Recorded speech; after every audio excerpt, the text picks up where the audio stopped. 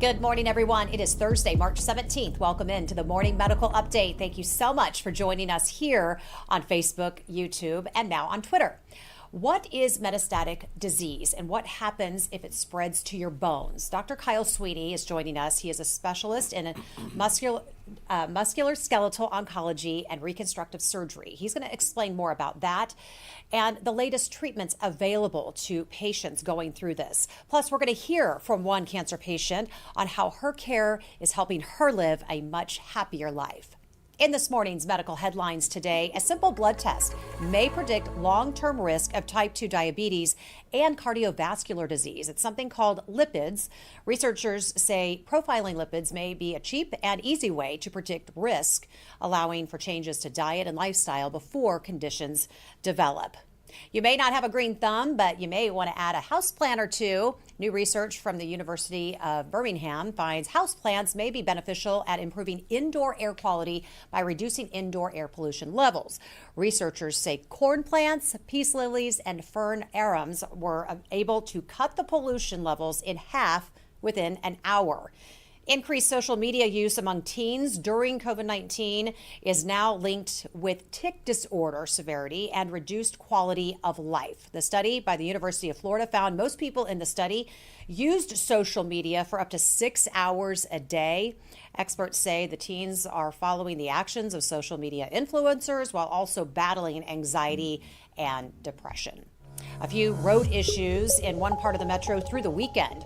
A live look at I-435 near K-10 in Johnson County, where crews will begin demolishing the Renner Road Bridge over the interstate. This will start tomorrow. That means I-435 will be shut down starting tomorrow night at 8 and will last until Monday morning. KDOT will have detours posted, and those will take you along I-70, I-635, and I-35, so allow yourself some extra time. Get your questions sent in to us on YouTube, Facebook, and the Medical News Network. You can find links to all those right there on your screen. All right, now it's time to get to Dr. Dana Hawkinson this morning. Keeping it a little casual. How you doing over there in your green and you're representing KU and all the good stuff? They play tonight, so yeah. Good luck to them. Hopefully they will get a win. Yeah. And it is St. Patrick's Day, so we're gonna kind of just do this and be in this the spirit. But we have right now 18 active infections, so we're up a little bit from where we were yesterday. One in the ICU and one on the ventilator. Overall, 67 in that recovery period as well, so 85 total. But again, not too good to see an uptick in the number of cases. I think we just need to wait for the next few days and see how that trend is. All right, Doc Hawk, thanks so much. Do we have any reporter questions on the line today? All right, I think we're good. We're clear. We're going to get on to our topic, and that is bone cancer. It can begin in any bone from the body, but it commonly affects the long bones in the arms, legs, and in the pelvic area. Primary bone cancer is the most serious of all bone cancers as it forms directly inside the bone or in bone-derived cells and tissues. According to the website Healthline, primary bone cancer is it's not common and accounts for less than 1% of all cancers. But for those who do get it, the University of Kansas Health System offers hope thanks to some incredible, innovative surgical care. Dr. Kyle Sweeney is joining us this morning. How are you today? Doing well. All right, good to see you. And also, we have patient Mary Alice Weimer. She had breast cancer, and then it spread to her bones, and she's going to share her story with us and how she's doing today. So good morning to both of you. Mary Alice, how are you doing? Doing great. Thank you. Good. So nice to see your smiling face. Tell us just how you're feeling today. And then I want you to kind of take us back to 2017 when you were first diagnosed with stage 2 breast cancer. Actually, I'm feeling quite well. I continue treatment. I'm doing oral chemotherapy now, but hopefully the big major things I need to do were behind me, and I am moved on with living my life. Well, we'd love to hear that. So back in 2017, you were diagnosed with stage 2 breast cancer. Tell us a little bit about that health journey and then how you found yourself on the right path, but then doctor said not so fast. Okay, actually, I was diagnosed with stage 2 cancer in 2000. 2000, okay. In 2000, right. And I went through all the treatment, a mastectomy, radiation, chemo, and spent 17 years not really thinking much about cancer other than doing my routine follow-up treatment. And in 2017, after losing some weight and developing some odd pains, I had a back x-ray, which determined that my bones looked moth-eaten, and further testing showed I had metastatic breast cancer that had moved to both femurs, my pelvis, my spine, and I have a few spots in my liver. So before you got to Dr. Kyle Sweeney, who we're going to talk to here in just a few moments, what were doctors telling you? They weren't as concerned as maybe you should have been, right? No, they weren't. In fact, I had been treating and had blood work done. And in fact, I did my follow-up with my oncologist, and I just kept plugging along. I mean, it didn't stop my life any. I was still doing my job and living my life. And when the pain became so unbearable, it was sort of an afterthought that maybe we should do a back x-ray, and that's where this turned up. My doctor, my primary care doctor, even said, I can't believe there's anything wrong with you. Really? So, and there was. And there was. So, Dr. Sweeney, I want to bring you in here. What kind of condition was Mary Alice in when you two met? Right. So when she came into my clinic, I remember, Mary Alice, you were not very comfortable.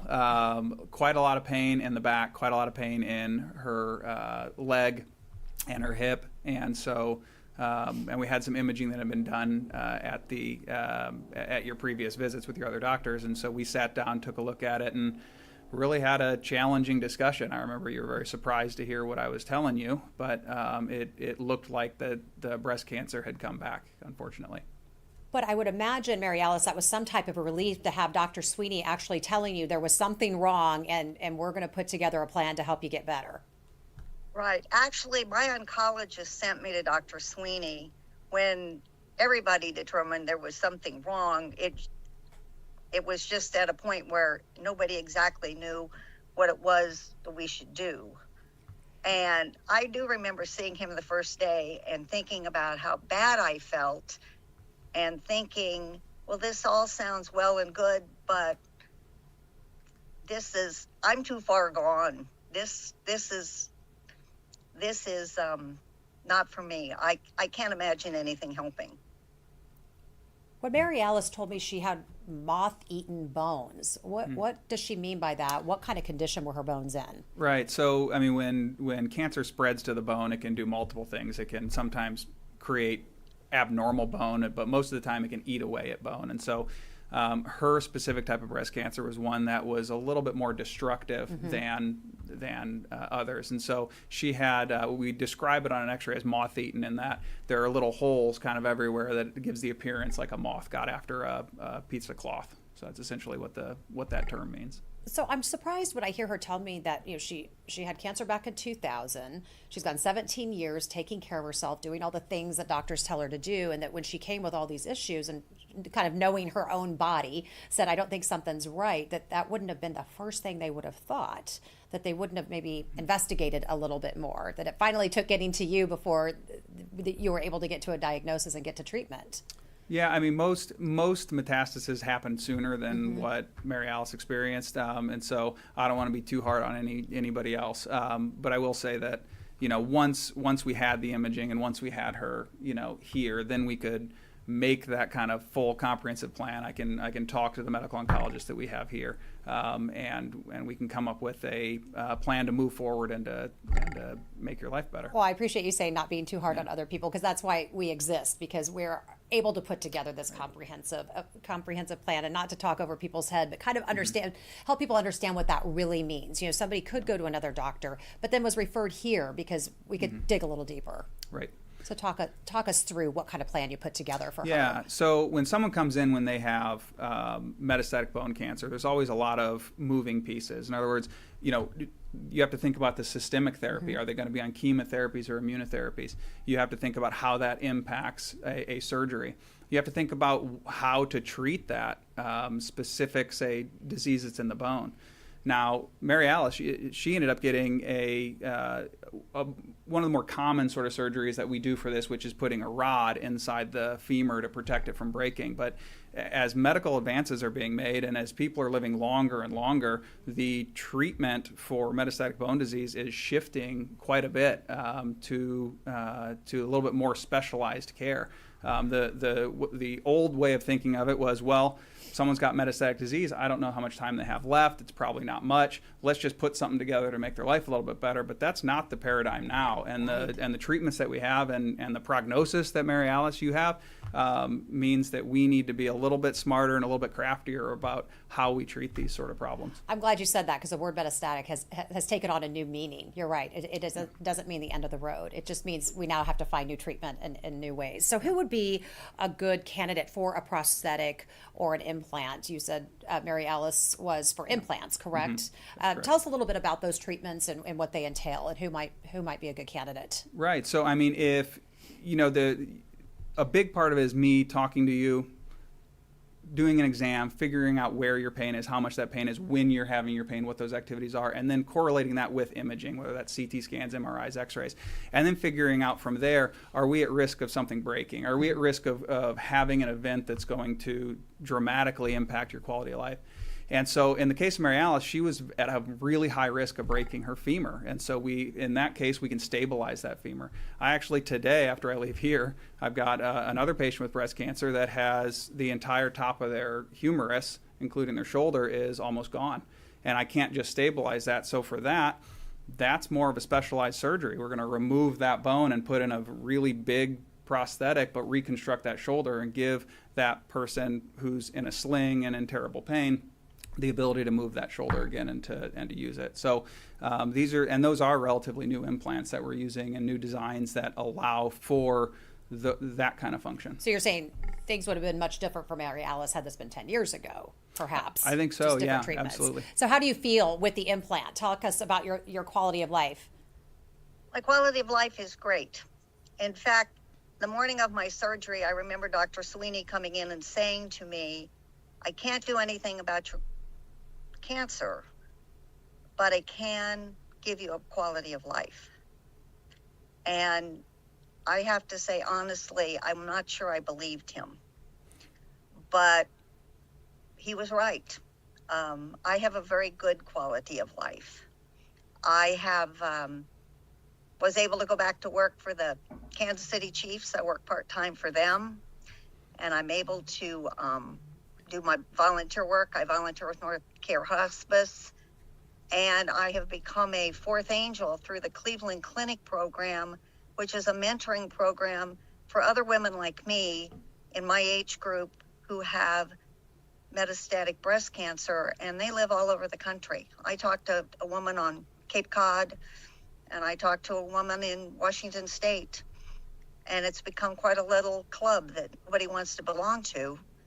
But I have a very good life. Mary Alice, being involved in helping these other women and people all over the country, how much has that helped in your healing? It helps a great deal. I'm supposed to be the mentor, but I find that they help me just as much as I help them. We share our common concerns and we share our common joys, and we have learned that don't take any day for granted, and do what makes you happy. Yeah, that's the way to do it. Let's go back to some of those Chiefs pictures, because we always like to talk about the Chiefs around here. So I know you said you worked out there and you were feeling good just in time to enjoy the celebration of. I love this picture, by the way, right here. I love a good mustache, a good Andy Reid look for you. Thank you. That was Mustache Monday at training camp. Travis Kelsey came up with that, so we decided to join in the fun. I love that. And that has to certainly kind of be a big shot in the arm and help get you through. I'm sure being around those folks has really been a joy for you. They are great. They were wonderful to me when I was sick. I didn't work the whole 2018 season. Went back in 19, welcomed me with open arms, and I did get the opportunity to thank Andy Reid for waiting until 2019 to win the Super Bowl. because if they'd have done it in 18, I would have missed it. It was all for And you. So, I've told him I appreciated how much he cared about me. So, they're So great what role? people. I love that. What role do you play out there at Arrowhead? What do you do? I'm in their guest services department, which means it's kind of a fancy name for an usher. And I have a very nice section. I have a number of the player families in my section. And I also am on their event staff. They do a lot of special events. There's a lot of meetings, and KU comes out quite often and holds meetings, and I'm able to help out there. So you are living your best life. Very fun. I am sure trying. Thank you for sharing those fun pictures with us. We have a few questions coming in from our community, so I do want to get to those if we could.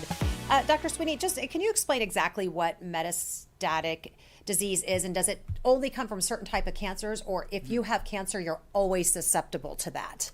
So most cancers, I mean, by the definition of it being a cancer, it has the ability to spread outside of the initial site that it started. And so when it spreads to somewhere else, that is metastatic.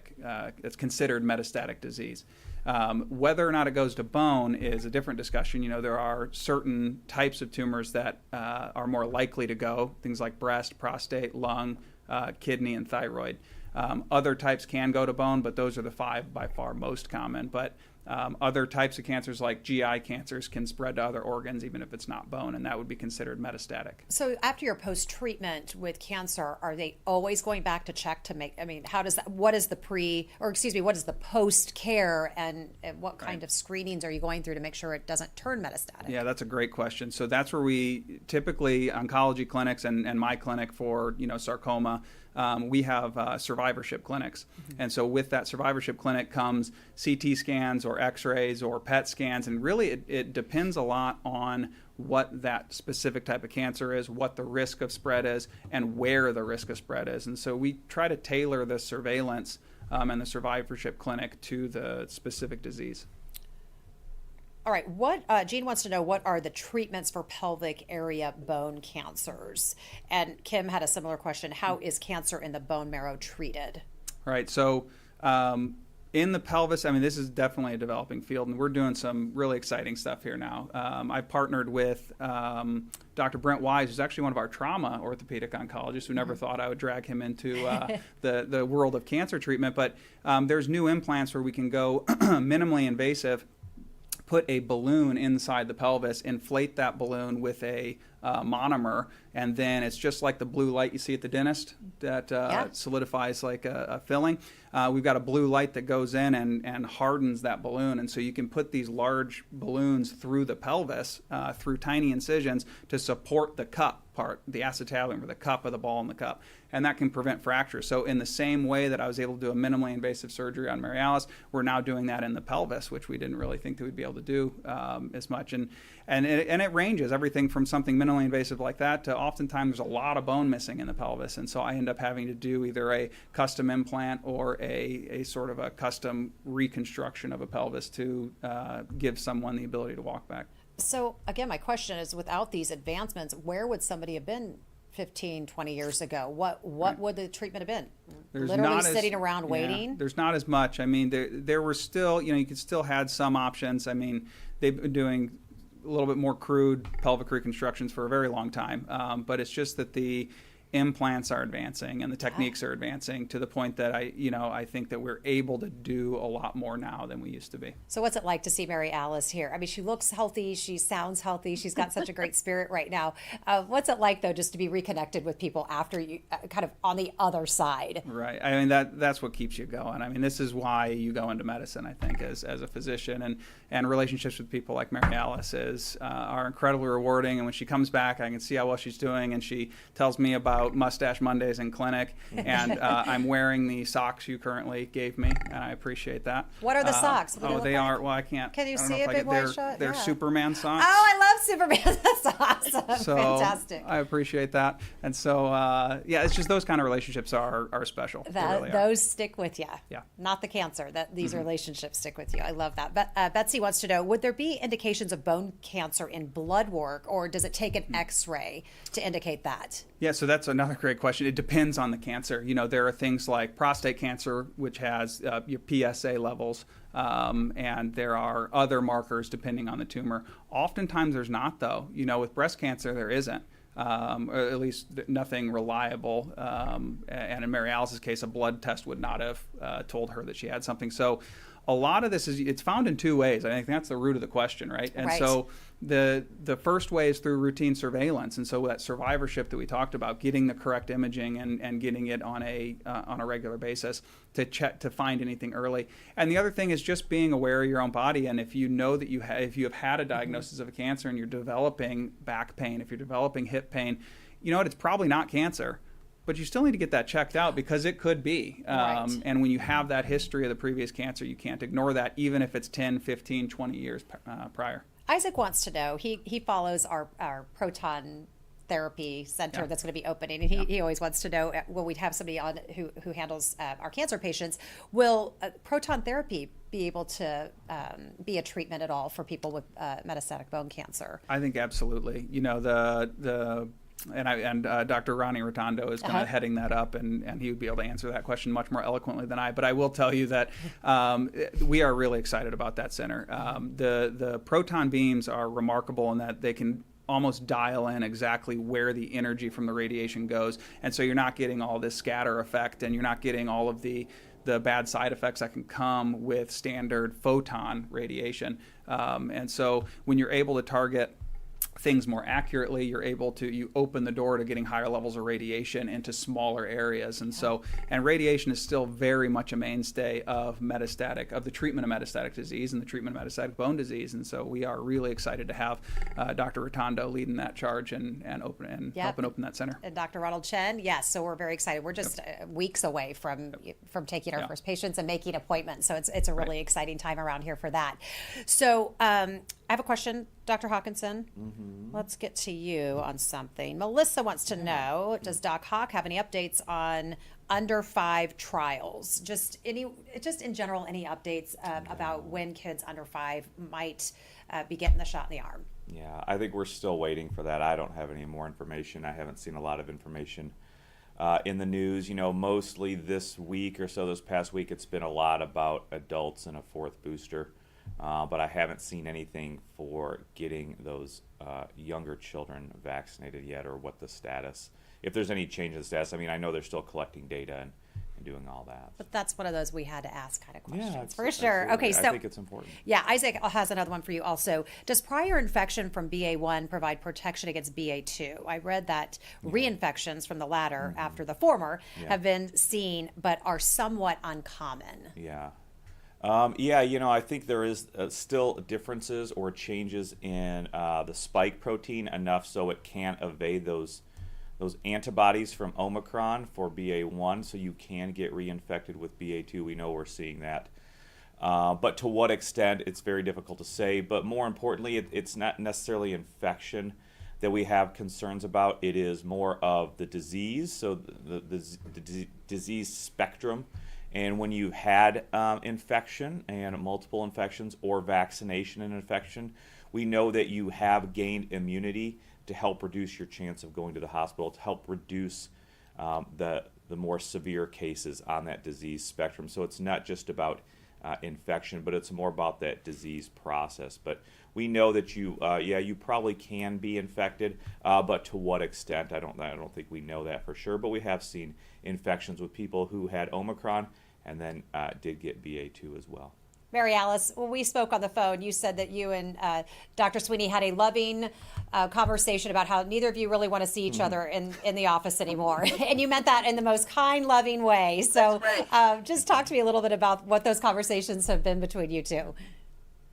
Well, I haven't seen him too often. It was amazing for what sounds like such a major surgery.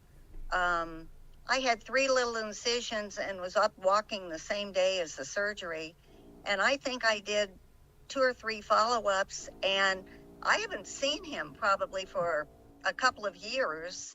And then I had a little blip on something right at the end of the year. So I recently saw him after the beginning of 2022, and he walked in the room and told me he hoped he'd never see me again. And I told him that I was sort of feeling the same way, but he's a very nice guy. So Yeah, so take a good look at him right here. Hopefully this is one of the times you're going to see him for the last time. well, no, actually I see him next month. Oh, good. Okay. Yeah. Okay. Well, so tell me a little bit about that. I wanted to lead into that, because what is the treatment or the checkups going to be like for someone like Mary Alice, that now that she has this implant and she's doing better, but we're going to keep a close eye on her? Right, so that's always a balance, because I want to make sure that we're not missing anything, but I also want to make sure I'm not being onerous on patients and having them, they've already got 1,000 visits with all kinds of doctors. So it really is tailored to the patient, to the implant, to the surgery. In Mary Alice's case, it was something that her pain was relieved from that surgery, and pain in and of itself is how we watch it. And so if she ever develops any discomfort, and I tell her that every time we come back, well, I don't have a scheduled appointment for you, but I expect a phone call if anything is happening that you don't feel like it should be. And so then we can get people back in. So other times we do follow people annually or semi-annually with x-rays, but it just depends on what we did. But Mary Alice is a pretty good patient. She's going to let you know, right? Exactly, yeah. Well, and I think it's nice because you're putting the control back over to the patient and letting them kind of guide, and they know themselves better than anyone. This is a good question from Bridget. Does the Cancer Center have a nurse or doctor line for family to discuss second opinions due to care that they have received somewhere else or information that they've received from another physician? How do we help connect them with us? Yeah, that's a great question. I mean, it's just calling in. We do have that set up. I give second opinions all the time on whether it's metastatic disease or it's primary sarcomas. Or it's just a lump or a bump that someone's really worried about. Right. So we get second opinions all the time, and we've got the system set up that if you do call in to make an appointment, we've got nurse navigators who are fantastic. So each of the cancer service lines has a nurse navigator. It's a nurse who is dedicated to bridging that gap between the patient and the physician, getting all the records, making sure that we have everything that we need, getting appointments, coordinating. I mean, they're fantastic, and they send me emails and messages all the time to make sure that we've got everything that we need leading into the appointment. So we have that system in place if that's something that you would like to seek. And I love what I've heard some of our cancer doctors say, that sometimes we are the second opinion and sometimes we send you out for the second opinion, because it's really about making the patient feel comfortable about the treatment they're receiving. So absolutely. And I would just add, there's also, as you get second opinions here, sometimes very often actually, we end up coordinating with community oncologists and radiation oncologists to help people get care where they are. I mean, we don't expect someone from Hayes, Kansas to drive up here every single day for a few weeks to get radiation, but we can still provide that level of expertise. It's a little more difficult with surgery. I can't direct someone how to do surgery, but with treatments that don't necessarily require that, we often do coordinate. That's a good point. Glad you brought that up. Okay, we are going to get to some final thoughts. And Dr. Sweeney, I'm just going to let you get us started, just kind of what you want us to know, and certainly the importance of screenings and staying in touch with your doctor and knowing your body. Yeah, I would say what I would say is that if you have a diagnosis of cancer, what you need is a comprehensive plan. And oftentimes in the past, we have different specialists that are in their own silos. You have your radiation oncologist, your medical oncologist. You got this whole team of people, and are they talking or are they not? And I can say that one of the things I'm so proud of here, and one of the things I love about being here, is that I have a personal relationship with our medical oncologist, with our radiation oncologist. We have each other's phone numbers. We talk about patients. We come up with whole plans, so it isn't just this piecemeal thing. So if you feel like your care is piecemeal, you don't necessarily need to have that, and you should have a comprehensive plan when it comes to your cancer care. Well said. Thank you so much for being with us today, talking with us. Mary Alice, thank you so much for being with us today. Just your final thoughts. What do you want folks to know? I want them to know that there is life after a cancer diagnosis, and to not waste time worrying about stuff that doesn't really mean anything. And I have to say that I've treated through the KU system since 2017, and I've been treated wonderfully by everybody that I've seen. And I have to say a great tool is MyChart, because I can go back and look at notes and because you don't remember everything that you're told, and some of it makes no sense. But I am happily on my way to maybe not recovery, but I'm sure living a pretty good life. Thank you so much for sharing your story, and keep smiling. You look fantastic, and keep bringing us good Chiefs luck. We want you out there bringing the luck. All right, stay in touch, okay? Well, thank you. Thank you so much. Dr. Hawkinson, final thoughts? Yeah, just a good question about vaccines today. We're still going to be looking for that information. Obviously, we know it's important for those populations that aren't able to be vaccinated, i.e. the young kids, to get vaccinated. That is the safest way to immunity. We're still looking for further information and guidance on if any adults or any certain ages need an additional 4th dose if you are not immunocompromised. So lots of good questions, insightful questions, and we will keep you up to date. We know the virus is still circulating, so just when you go out to celebrate today or this weekend or watch the games, just do it in a thoughtful manner and keep yourself safe. All right, thanks so much. March 30th is National Doctors Day, and here's a way to say thank you to all healthcare providers. We know a lot of you in the community want to be able to show your gratitude. There on your screen right now is a QR code, so you can do just that. Just hover your photos over that. It will take you straight to your email. Just note that the videos need to be about 30 seconds long. You can send those videos, or you can send in a written message, and we would love to share those here on air. Well, they may not be doctors just yet, but college students aspiring to be a doctor can now take part in a new program starting at the University of Kansas Medical Center. It's called the Urban Scholars Program for students underrepresented in medicine. The program gives underrepresented students some help reaching their dream of becoming a doctor. To apply, you must have graduated from an urban high school in KCK, Wichita, Topeka, and Lawrence. You must be Native American, African American, Hispanic or Latino, or Cambodian, Latinan, or Vietnamese. So you do have until April 1st, though, to apply. So check that out. Cardiologists have been busy during the pandemic, and many have been treating those who have now survived long-haul COVID symptoms. That is the focus of today's episode of All Things Heart, which will start at 10 a.m. sharp. Host Alexis Del Cid joins me now from Studio B with a preview. Good morning. Good morning, Jess. And we have a pretty alarming story. It's about a well-known and incredibly successful Kansas City woman named Terry Allen. She was a fitness instructor, a personal trainer, and a chef. Terry was at the top of her game 2 years ago at this time. Her brand was growing like wildfire. She was a regular on various lifestyle shows with her fitness segments. She was in the process of becoming a chef and opening her own food truck. It came to a screeching halt, everything, when she caught COVID in March of 2020. Since the day I got sick, March 2020, I haven't taught a fitness class, have not trained anyone. I've worked out in the pool twice, but I'm so fatigued after, like days of sleep. I usually will sleep 2 or 3 days. It is stunning to see a woman as vibrant and vivacious as Terry simply brought to her knees by this virus. Coming up at 10 a.m., Terry will join us on All Things Heart, along with a cardiologist and an internal medicine physician, and we'll all be discussing Terry's post-COVID heart complications and the slew of other health problems doctors say they're seeing in a growing number of patients just like Terry, who survived COVID only to experience life-altering health complications long after the virus. So bring your questions and join us at 10 a.m. Wow, that's going to be a great story. We look forward to hearing more about that, Alexis, and meeting Terry. Quite a story. It sure is. See you in a bit. Thank you so much, everyone, for being with us today. And don't forget, you can catch our program anytime.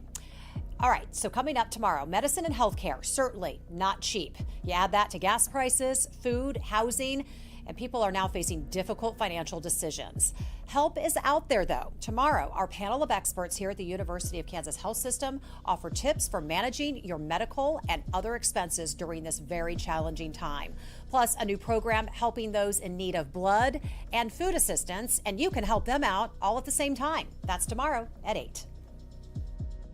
Subscribe to our morning medical update and open mics with Dr. Stites podcasts. Now, everywhere podcasts are available.